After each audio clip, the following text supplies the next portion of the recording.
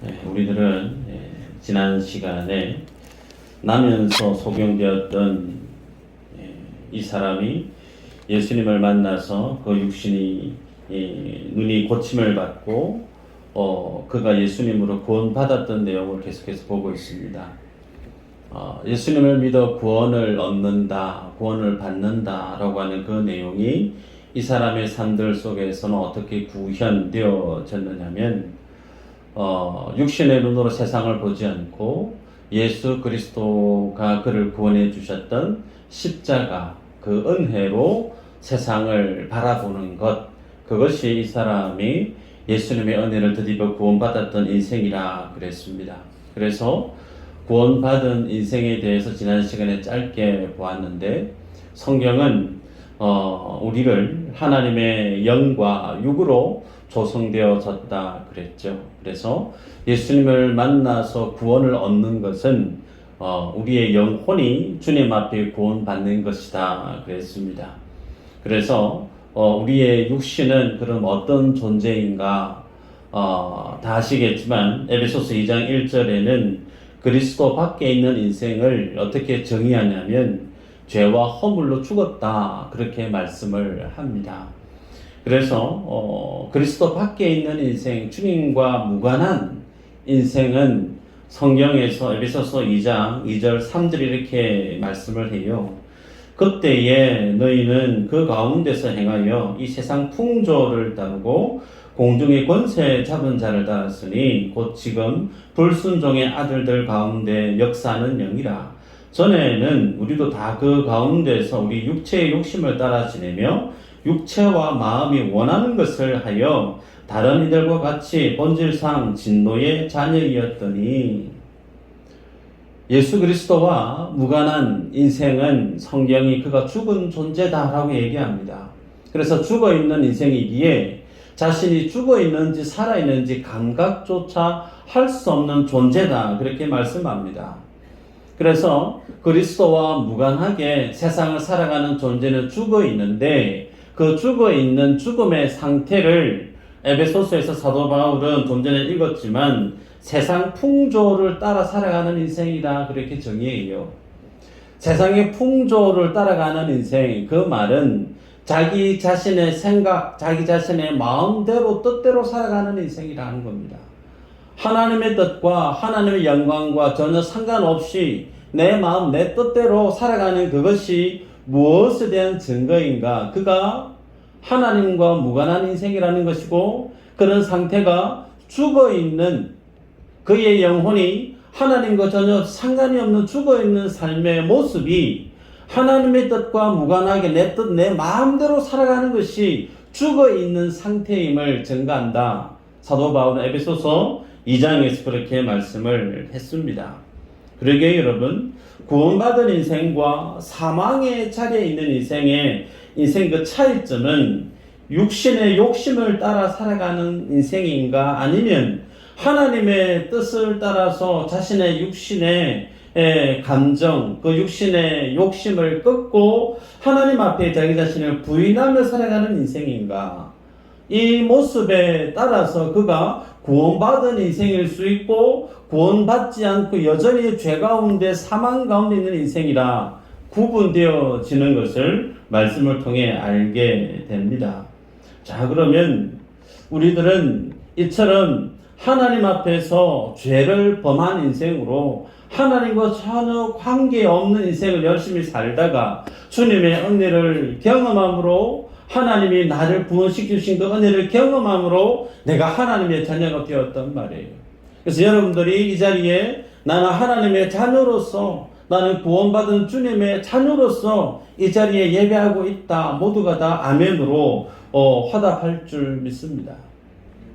그럼에도 불구하고 우리가 장로님이 기도해 주셨지만, 우리가 지난 나의 시간들을 되돌아보면 하나님의 뜻을 붙들고 하나님의 영광을 위해서 내가 살았던 시간들이 많은가, 아니면 하나님과 무관하게 내 감정대로, 내 뜻대로, 내 욕심대로 소위 죄 가운데 살았던 시간들이 많은가. 우리는 되돌아보면 하나같이 하나님의 영광 앞에 승리한 믿음으로 주님 앞에 드릴 것이 많은 믿음의 삶의 결과물보다 숨기고 싶고 감추고 싶고 주님 앞에 나오면 고기조차 들 수 없는 더 많은 죄로 점철되어져 있는 그런 내 자신의 모습을 보게 된단 말이죠. 어쩌면 이게 주님 앞에 서 있는 지금 나의 믿음의 현 주소라고 말할 수 있을 거예요. 그래서 우리들은 늘 하나님 앞에 나는 구원받은 존재임을 인정함과 동시에 구원받은 하나님의 자녀로서의 내 삶의 실제 모습, 구원받았다라고 하는 사실과 구원받은 주님의 자녀로서의 삶의 이 괴리 속에 우리들은 늘 고민하고 때로는 슬퍼하고 괴로워해요. 자, 이런 자리에 있는 우리들에게 오늘 본문이 말씀을 우리에게 어떤 복음의 비밀을 알려주시는지 보도록 하십시다. 말씀의 제목을 역설이라고 정했습니다. 패러독스라고 부릅니다. 어떤 것이 역설인가? 어떤 결과물이 있는데 그 결과물이 도출되어지는 과정을 살펴보면 비논리적이라는 거예요. 비합리적이라는 거예요. 도저히 이 결과물이 생겨날 수 없는데 그 과정은 역설적이고 비합리적임에도 불구하고 그 과정을 통해서 결과물이 만들어질 때 우리는 그것을 두고 참 역설적이다 그렇게 표현을 합니다. 여러분, 성경에는 역설적인 말씀이 종종 등장하죠. 요한복음 12장 24, 25절 이렇게 얘기합니다. 내가 진실로 너희에게 이르노니 한 알에 밀이 땅에 떨어져 죽지 아니하면 하늘 그대로 있고 죽으면 많은 열매를 맺느니라. 자기 생명을 사랑하는 자는 잃어버릴 것이요 이 세상에서 자기 생명을 미워하는 자는 영생토록 보존하리라. 소위 죽으면 산다는 거예요. 죽으면 산다. 또 누가복음 6장 38절에는 주는 자는 풍성해진다 그렇게 말씀을 합니다. 그래서 하나님이 주시는 복은 움켜쥐고 주머니에 꾸역꾸역 쑤셔 넣고 많은 것을 가지려고 움켜잡는 데 있지 않고 하나님의 복은 하나님께 풍성한 삶을 사는 인생은 나누어주는 것. 나누어줄 때 그가 복된 인생을 산다라고 성경 우리에게 도전합니다. 이와 같이 주님은 우리에게 역설적인 말씀들을 계속 주세요. 그런데 우리가 주님 앞에 구원 얻는 하나님의 말씀도 역설적이라는 사실이죠. 지난 시간에 말씀을 드렸지만 사도 바울은 예수님을 가장 핍박했던 인생인데 그런 그가 주님을 만나서 구원을 얻었습니다. 그러면서 구원 얻어서 이방인들에게 주의 복음을 전도했던 선교사로서의 삶을 사도로서의 삶을 충성되이 살던 그가 노사도가 되어져서 그가 순교하기 10년쯤에 전 10년쯤에 로마서를 기록하지 않습니까? 그런 그가 무엇을 토로했느냐면 나는 선을 행하고 싶은데 내 삶의 모습의 실제 모습들은 죄를 범하고 있는 내 자신의 모습을 본다는 거죠. 그래서 이 사망의 몸에서 누가 나를 건져낼 수 있을까? 자신이 하나님의 은혜를 알고 진리를 알고 구원받은 인생임을 분명히 알고 있는데도 삶의 실제 걸음의 내용을 들춰보면 그 속에 하나님 앞에 부끄러운 죄가 너무나 많다는 거예요. 그가 예수님 믿은 지 초신자여서 그가 아니죠. 노사도입니다. 많은 교회를 개척하고 하나님을 위해서 정말 바울만큼 충성한 인물이 없을 정도로 그 삶에 많은 열매가 있었던 그가 고백하기를 자기 자신의 삶을 사망의 몸이다 그렇게 고백하지 않았습니까? 말씀 한번 볼까요? 로마서 8장 10절 11절 같이 한번 읽어보도록 하십시다. 시작.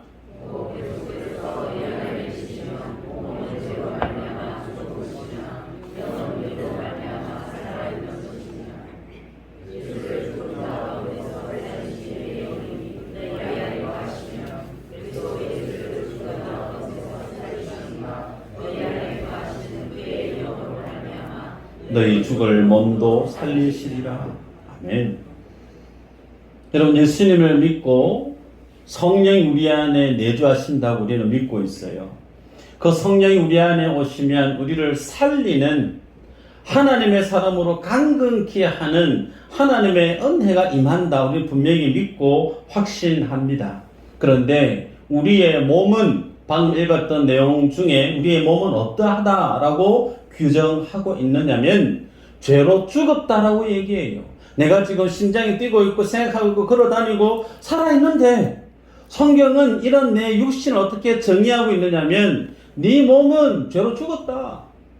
더더욱이 죽을 몸이다라고 확증하고 있죠. 정리하면 예수님을 믿는다라는 것은 그 주님을 믿음으로 내 영혼이 구원을 얻는 거예요. 반면에 우리의 육신은 이미 그 죄로 죽었고 확실한 것은 영원히 살 인생이 아무도 없다는 거예요. 아멘인가요? 우리 모두는 죽음을 전제하고 살아가고 있어요. 그래서 우리 모두는 다 시한부 인생을 살아가고 있습니다. 결과론적인 입장에서 보면 우리 모두는 다 죽어요. 이 죽는다는 사실은 진리입니다. 그러기에 결과론적인 입장에서 보면 우리 모두는 이미 죽어 있다는 거예요. 그래서 주님은 우리에게 그리스도 밖에 있는 인생이 죽을 몸을 지니고 살아가기 때문에 죽을 그 몸 안에는 무엇이 항상 죽기까지 존재하느냐면 죄가 있다는 겁니다. 그 죄의 영역에서 벗어날 수 있는 인생이 한 사람도 없다는 거예요. 그래서 우리는 죽기까지 항상 뭘 직시하게 되어지느냐면 죽을 몸이면서 죄를 범하고 살아가고 있는 처참한 내 자신의 죄의 그 참상을 늘 목도하게 되어진다는 거죠. 여러분, 우리가 알고 있습니다. 본문에서 나면서 소경되었던 이 사람, 그들의 부모가 불려갑니다. 바리새인에게 불려가서 어떻게 그 아들이 눈을 뜨게 되어졌는지 물었을 때 예수님이 그를 고쳐주셨음을 알고 있음에도 불구하고 예수님에 대해서 좋게 얘기하는 그 모든 사람들을 출교한다라고 하는 그 공회에 결의된 내용을 두려워했기 때문에 그 부모들은 예수님에 대해서 이런저런 자신의 견해를 얘기하지 않았어요. 반면에 이 사람은 다시금 재차 불려가서 눈을 뜨게 만들었던 그 예수님에 대해서 물었을 때 그는 고백합니다. 예수가 선지자 아닌가? 예수가 하나님께로부터 보혈받은 자가 아닌가? 소위 예수님에 대해서 긍정적인 자기가 경험하고 알고 있는 바대로 예수님에 대한 신앙의 고백을 했을 때 그는 어떻게 처리되어졌죠? 출교를 당했습니다. 네. 여러분, 하나님의 은혜가 임하고 하나님의 성령이 임하게 되어지면 세상에 대해서, 죄에 대해서, 의에 대해서, 하나님의 심판에 대해서 깨닫게 되어지는 소위 영안을 뜨게 되어집니다. 하나님의 은혜가 내 안에 부음바 되어지면 죄가 뭔지에 대해서 몰랐었는데 죄에 대해서 알게 돼요. 하나님의 나라에 대해서 몰랐는데 하나님의 나라의 비밀을 알게 된다니까요. 그렇게 되어지는 인생은 어떻게 세상 속에 살아가게 되어지느냐면 세상이 나에 대해서 죽을 뿐만 아니라 내가 세상 앞에서 죽은 자로 소위 세상과 나는 전혀 관계가 없는 인생으로 살게 되어지는 거예요. 사도 요한은 요한 1서에서 얘기하죠. 세상을 살아가는 그에게는 그 가슴에는 하나님의 사랑이 있다 없다. 하나님의 사랑이 없다라고 얘기합니다. 그래서 세상에서 불려낸 자들이 누구예요? 에클레시아, 교회입니다. 세상에 버려지지 않고 세상과 함께 휩쓸려서 사망 가운데 널브러진 인생이 아닌 그 죽음의 세상에서 다 하나같이 너는 내 아들이야, 너는 내 딸이야. 불려낸 받은 이들이 누구? 우리들이라는 거예요. 그들이 에클레시아라고 하는 교회로 불려지는 성도란 말입니다. 그래서 우리들은 주님 앞에 구원을 받게 되어질 때 구원받은 나로서 세상을 바라볼 때 세상이 죄로 범벅되어져 있는 것을 보게 될 뿐만 아니라 내 자신 속에 여전히 그 죄가 있음을 깨닫게 되어지죠.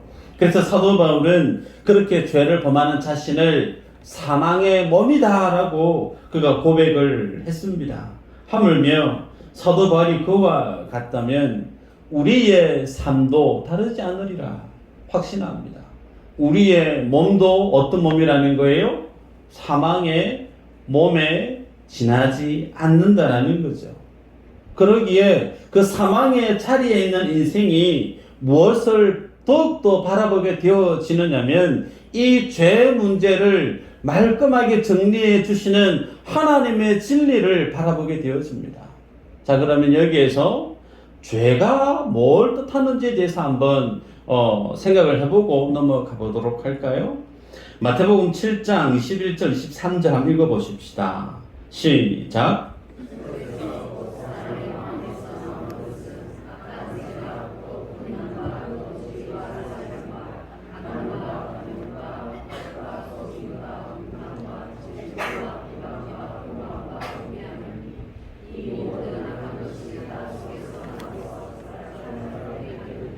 아멘. 자, 말씀을 띄워주시고요. 리스트가 쭉 나옵니다. 음란, 도둑질, 살인, 간음, 탐욕, 악독, 속임, 음탕, 질투, 비방 쭉 나와요. 자, 질문입니다. 이런 것들은 죄입니까? 죄의 결과입니까? 죄의 결과예요.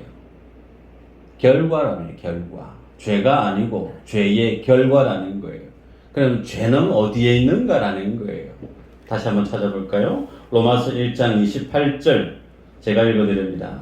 또한 그들이 마음에 하나님 두기를 싫어하며 하나님께서 그들을 그 상실한 마음대로 내버려 두사 합당하지 못한 일을 하게 하셨으니 그 마음에 하나님 두기를 싫어했다라는 거예요. 하나님을 두기를 싫어하는 마음, 그래서 하나님이 그 마음을 그냥 죄 가운데 상실한 마음으로 내버려 뒀다는 거예요. 죄라고 하는 것이 어디에 있느냐 하면 마음에 있다는 겁니다. 마음. 죄의 결과물로 드러나는 것이 살인이고 거짓이고 비방이고 그런 것이지, 죄의 본질적인 모습은 어디에 있느냐 하면 우리의 마음이 죄라는 거예요. 그 마음이 어떤 상태라는 겁니까? 하나님과 전혀 상관없이 살아가는 마음의 그 모든 자세, 그것이 곧 죄라는 겁니다. 여러분, 예수님은 바리새인들을 책망하셨습니다. 바리새인들이 기도를 하지 않았던가요? 기도했습니다. 바리새인들이 선을 행하지 않았습니까? 선 열심히 행했습니다. 바리새인들이 구제하지 않았던가요? 구제 열심히 했어요. 그런데 그 모든 종교 행위에 대해서 예수님은 칭찬하지 않았습니다. 주님은 바리새인들이 자기 자신을 위해서, 자기의 의를 위해서, 자기의 착함을 위해서 행하는 그 모든 종교 행위, 기도와 구제와 그 모든 사역에 대해서 주님은 책망했다는 사실을 기억할 필요가 있습니다. 주님과 무관한 마음으로 하는 그 모든 것들이 뭐라고요? 죄라고 하는 거죠. 죄. 그러면 동일한 관점에서 말씀을 드리면 하나님 앞에 믿음으로 하지 않는 헌금, 뭘까요? 죄라는 겁니다. 하나님 앞에 은혜를 사망으로 나오지 않는 그 예배 행위, 예배 드리는 것이 뭐라는 거예요? 죄라는 겁니다. 주님 앞에 이웃을 사랑하는 마음으로 하지 않는 그 모든 구제하는 행위, 그 종교 행위 뭐라는 거예요? 죄라는 거예요. 선교하면서 죄 지을 수 있고, 예배하면서 죄 지을 수 있고, 찬양하면서 죄 지을 수 있는 거예요. 죄라고 하는 것은 그런 겁니다. 하나님과 전혀 상관없이 나를 위해서, 나의 의를 위해서, 나의 자랑을 위해서 하나님의 진심을 하지 않는 그 모든 종교 행위들은 죄로 드러날 수 있다는 거죠. 그러기에 여러분, 우리가 구원받기 전에 다른 사람을 시기하는 거, 다른 사람을 질투하는 거, 적당히 다른 사람을 험담하고 거짓으로 섞어가면서 내가 유리한 쪽으로 다른 사람을 그렇게 몰아가는 거, 우리들은 그것을 그다지 악한 것으로 여기지 않고 살아갈 수 있어요. 왜? 많은 사람들이 그렇게 살아가거든요. 적당히 나 유리한 쪽으로 다른 사람을 폄하하면서 비방하면서 그 사람을 깎아내리면서 나의 우월함을 드러내기 기뻐하는 삶의 모습, 우리에게는 늘 일상처럼 드러날 수 있어요.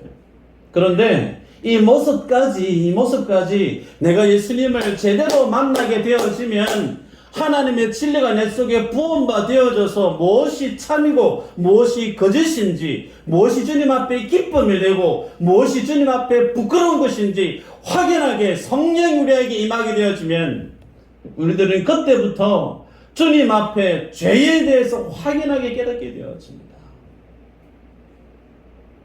주님과 무관하게 살아왔던 나의 모든 삶의 모습들이 다 죄뿐이구나. 그래서 여러분, 하나님을 가까이 하면 가까이 할수록, 성령이 충만해지면 충만해질수록, 하나님의 영이 내 안에 풍성히 거하면 거할수록 내가 하나님 앞에 올려드릴 수 있는 것이 아무것도 없구나 인정할 수밖에 없는 거예요.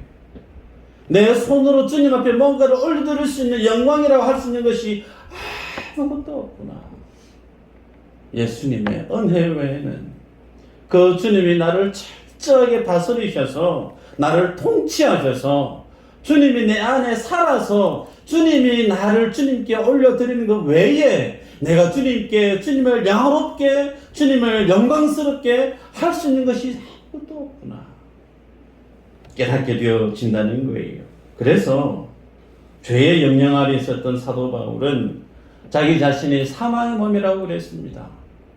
주님을 열심히 전거했던 사도 바울도 자신의 삶을 어떻게 평가했느냐면 시체 썩는 냄새가 풀풀 풍기는 죄악 덩어리임을 자기 자신을 폭로하고 고백했던 것처럼, 여러분, 우리들은 그런 자리에 서 있는 자신을 보게 돼요. 목사는 거룩한가? 아니에요. 목사는 정말 부끄러운 사람이에요. 목사만 그럴까요? 우리 모두가 동일합니다.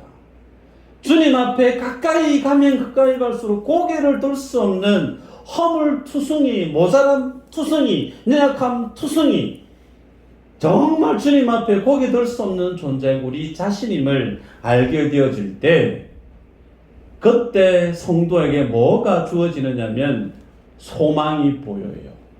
그 소망이 뭐냐면 정말 내가 죄로 죽을 인생이구나, 죄로 죽은 인생이구나, 이것을 깨닫게 되어질 때 뭘 보게 되어지느냐면 그 죽을 몸에서 주님이 나를 살려내실 영원한 하나님의 구원의 은혜를 확연하게 선명하게 보게 되어지는 겁니다. 이 죽을 몸에서 다시금 주님이 재림하셔서 예수님의 부활하신 그 몸의 영화로운 모습처럼 나를 그렇게 영화롭게 만드실, 나의 구원을 완성시킬 그 하나님의 그 날을, 그 말씀의 언약을 더욱더 분명하게 보게 되어지고 그 은혜의 십자가를 더욱더 든든히 붙들게 되어진다는 거예요. 이것이 뭐죠? 역설이라는 겁니다. 하나님의 은혜를 보면 볼수록 내 안에 있는 처참한 죄의 참상을 보게 되어지면서, 그래서 더욱더 뭘 보게 되어지느냐면 나에게 부어주신 하나님의 은혜를 붙들게 되어진다는 거예요. 여러분, 우리는 어거스틴을 성 어거스틴이라고 얘기합니다. 어거스틴이 사생아를 낳을 정도로 세상의 모든 죄를 탐닉하며 살았던 사람이 어거스틴이에요. 그런데 그가 죄를 어떻게 표현했느냐면 거룩한 죄다라고 했습니다. 하나님의 진리를 몰랐을 때는 죄가 죄로 있었지만 하나님의 은혜를 알게 되어지고 구원의 진리를 알게 되어지면서 그 죄는 나로 하여금 하나님의 은혜 앞에 세우게 되어지는 죄이기 때문에 그 죄가 어떤 죄라고요?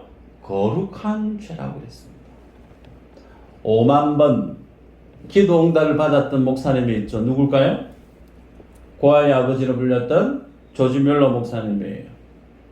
예, 아마 책을 많이 보시지 않았겠나 싶은데, 그분이 신학교 다니면서 어디를 다녔느냐면 장려촌을 탐닉하고 돌아다녔어요.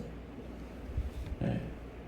소위 세상의 죄라고 하는 죄는 다 누리고 즐기며 살았던 분이 조지 뮬러 목사님입니다. 그 죄의 자리에 널브러져 살았던 그가 그를 용납하고 그를 구원시켜 내시는 하나님의 은혜를 경험하고 나서 그가 하나님만을 전적으로 의지하는 귀하게 쓰임받았던 하나님의 종이 되었었음을 성경 우리들은 알고 있습니다. 여러분, 그러기에 구원받은 성도가 자기 죄로 무너지고 자기의 연약함을 알게 되어질 때 철저하게 무엇을 고백하게 되어지느냐면, 나에게는 아무것도 없구나. 내가 나를 신뢰하고 내가 나의 능력을, 가능성을 붙들고 있었던 손톱만큼의 그 교만까지도 철저하게 다 내려놓게 되어지는 거예요. 그래서 나는 절대로 하나님의 긍휼이 아니고 하나님의 은혜가 아니면 하나님 앞에 설 수도 없고 세상 가운데 승리할 수도 없는 존재다. 이 사실을 알게 되어지면서 자기 자신을 부인하게 되어집니다. 우리는 이런 삶을 예수님이 말씀하셨던 자기 십자가를 지고,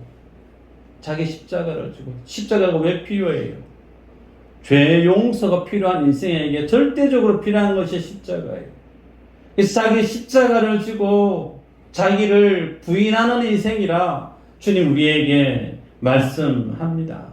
그래서 성경은 하나님의 은혜를 아는 자, 자기 십자가를 지고 자기의 능력이 전무함을, 전적으로 내가 타락해 있고 나에게는 구원 얻을 만한 능력이 아무것도 없음을 고백하는 그가 하나님의 구원을 입은 인생이라 얘기합니다.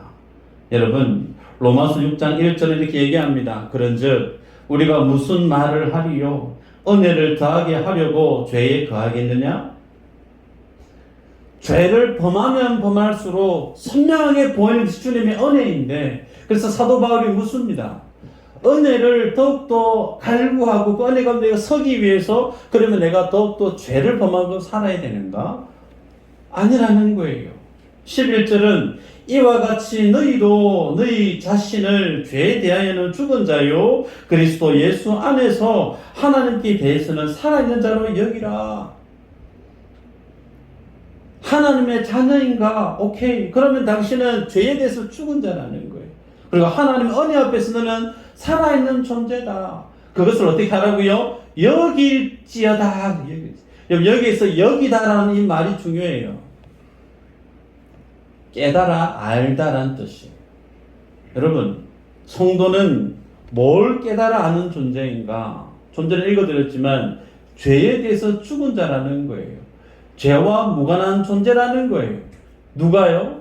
하나님을, 그 아들 된 예수 그리스도를 믿어서 하나님의, 예수님의 의로 더럽혀져서 내가 하나님의 자녀가 되어져 있음을 아는 사람. 하나님의 자녀된 거룩한 신분을 지닌 하나님의 나라를 소유한 자가 바로 내 자신이라고 하는 그 사실을 아는 사람. 그래서 성경은 우리에게 구원이 뭔지에 대해서 중요하게 방점을 찍어줍니다. 사도 바울이 얘기합니다. 에베소서 1장 17절에서 19절인데요. 우리 주 예수 그리스도의 하나님, 영광의 아버지께서 지혜와 계시의 영을 너희에게 주사 하나님을 알게 하시고, 하나님을 어떻게 해요? 알게 하시고, 너희 마음의 눈을 밝히사 그의 부르심의 소망이 무엇이며 성도 안에서 그 기업의 영광의 풍성함이 무엇이며 그의 힘의 위력으로 역사하심을 따라 믿는 우리에게 베푸신 능력의 지극히 크심이 어떠한 것을 너희로 알게 하시기를 구하노라. 여러분, 구원은 쉽게 얘기하면 아는 거예요. 깨달아 아는 거예요. 하나님의 진리를 아는 만큼 마한다? 내가 하나님의 구원을 덧입은 인생으로서의 그 영광에 참여할 수가 있습니다. 그래서 예수님은 요한복음 17장 3절에 이렇게 얘기합니다. 한번 읽어볼까요? 같이 큰 소리로 시작. 영생은 곧 유일하신 참 하나님과 그가 보내신 자 예수 그리스도를 아는 것입니다. 영생은, 따라하십시다. 영생은 아는 것이다. 영생은 아는 거예요. 누구를요? 하나님과 예수 그리스도를 아는 거예요. 그 말의 의미는 내가 아무리 교회 신앙생활 오래 다녔음에도 불구하고 하나님에 대해서, 예수님에 대해서, 성경의 말씀에 대해서 내가 모른다라고 하면 내가 구원받았다고 말할 수 없다는 거예요. 그래서 하나님을 알아가고 하나님에 대해서 알아가면 알아갈수록 그 속에서 자기가 뭘 이기게 되어지느냐면 죄를 이기게 되어지는 거예요. 세상을 이기게 되어지는 겁니다. 그래서 마치 우리는 스폰지처럼 그런 분이 있을 수 있어요. 교회 다닌 적은 얼마 안 되는데 정말 진리에 대해서 나를 구원하신 예수님에 대해서 알고 싶어서 마치 스폰지가 물을 빨아들이는 것처럼 하나님의 말씀 앞에서 자신을 부단히 깨어 경성시키면서 말씀 앞에서 날마다 자신을 돌아보는 인생이 있을 수 있어요. 그런 분들은 주님 앞에 빨리 자라날 수가 있습니다. 빨리 속성으로 성숙되어질 수 있다는 거예요. 반면에 교회를 오래 다녀도 하나님의 말씀에 대해서 훈련을 받지 않거나 말씀에 대해서 정말 무지한 상황에서 자라 신앙생활을 하고 있다고 하면 그분은 불 가운데에서 구원받는 것처럼 부끄러운 구원을 얻는 자로 전락할 수도 있다는 겁니다. 말씀을 정해야 합니다. 여러분, 구원은 하나님을 예수 그리스도를 아는 것이다 그랬습니다. 에베소서 4장 13절은 하나님의 아들을 믿는 것과 아는 일이 하나가 되어질 때 하나님에 대해서 믿는 것, 예수님에 대해서 아는 것이 하나가 되어질 때 그가 비로소 그리스도의 장성한 분량에 이르는 믿음에 도달한다라고 얘기합니다. 그래서 우리의 믿음은 정체되어지는 것이 아니고 자라나는 거예요. 우리가 주님의 진리를 알아가면 알아갈수록 우리는 죄의 소욕에서 끊어져서 하나님의 영광에 참여하는 자로 이 땅 가운데 살아가게 되어집니다. 그러기에 여러분들이 죄의 자리에서 방황하고 죄의 자리에서 넘어지는 것 시간이 오래되어져서는 안 될 줄 믿습니다. 그 과정은 누구에게나 있어요. 죄 가운데, 봉연한 죄 가운데 계속해서 자빠지고 넘어지고 쓰러지고, 그래서 주님 앞에 늘 깨진 무릎을 들고 와서 주님 앞에 이번 주에 내가 좀 실수해서 넘어졌어요. 죄 가운데 승리하지 못한 자신의 모습을 주님 앞에 토로할 수 있습니다. 그 과정 모두에게 있다는 거예요. 그런데 그 시간이 어떤 사람은 짧다는 겁니다. 이제는 안 넘어진다는 거예요. 마치 여러분이 스케이트를 타실지 모르겠지만 스케이트를 타든지 스키를 타든지 혹은 자전거를 타든지 잘 타야겠죠. 잘 타려고 하면 가장 먼저 뭘 배워야 되느냐면 넘어지는 법을 배우셔야 돼요. 넘어져서 빨리 일어서는 법을 배우셔야 된다는 거예요. 그거 하지 않고 잘 탈 수 있는 방법은 없습니다. 주님 앞에 내가 죄를 범하고 그 죄 가운데 넘어져서 쓰러지는 자신을 볼 때 정말 바라봐야 될 것이 뭐냐면 이런 나를 주님이 사랑해 주실까? 정말 내가 구원받은 하나님 백성이 맞는가 싶을 정도로 초라해지고 작아지는 자신을 보게 되어질 때 분명하게 알아야 될 사실이 그런 나를 위해서 주님이 십자가 지시고 죽으셨다는 거예요. 분명 하나님의 진리를 붙들게 되어질 때 벌떡 서게 되는 겁니다. 그 은혜 앞에 내 가슴을 다 토해내고 말씀의 진리 앞에 내 상처받은 죄 가운데 쓰러진 심령이 다 해부되어지는 것 같은 그런 어떤 괴로운 시간이 있지만 그 시간을 하면 할수록 우리는 자라난다는 거예요. 바라기는 여러분 구원은 예수 그리스도를 아는 데 있다고 그랬어요. 하나님을 아는 것이 우리에게 주어진 영생이고 구원이라고 그랬어요. 그래서 이 진리가 여러분 속에 있을 때 말씀을 대하는 자세가 더욱더 진지해지시기를 축복합니다. 다시 말씀드릴게요. 하나님의 말씀에 대해서 진지하게 나오시고 그 말씀을 깊이 있게 깨닫기 위해서 말씀 앞에 굴복하는 믿음의 자세가 있을 때 비로소 우리는 죄와 사망의 법을 뛰어넘어서 자유케 하나 하나님의 은혜의 자리에 도달할 수 있는 그리고 그리스도의 장성한 분량에 이룰 수 있는 우리들이 될 수 있다는 사실이죠. 한 주간도 이 하나님의 진리로 하나님의 말씀으로 넉넉히 죄와 세상을 이겨내는 모든 믿음의 본속들 되시기를 주의 이름으로 축복합니다. 기도합니다.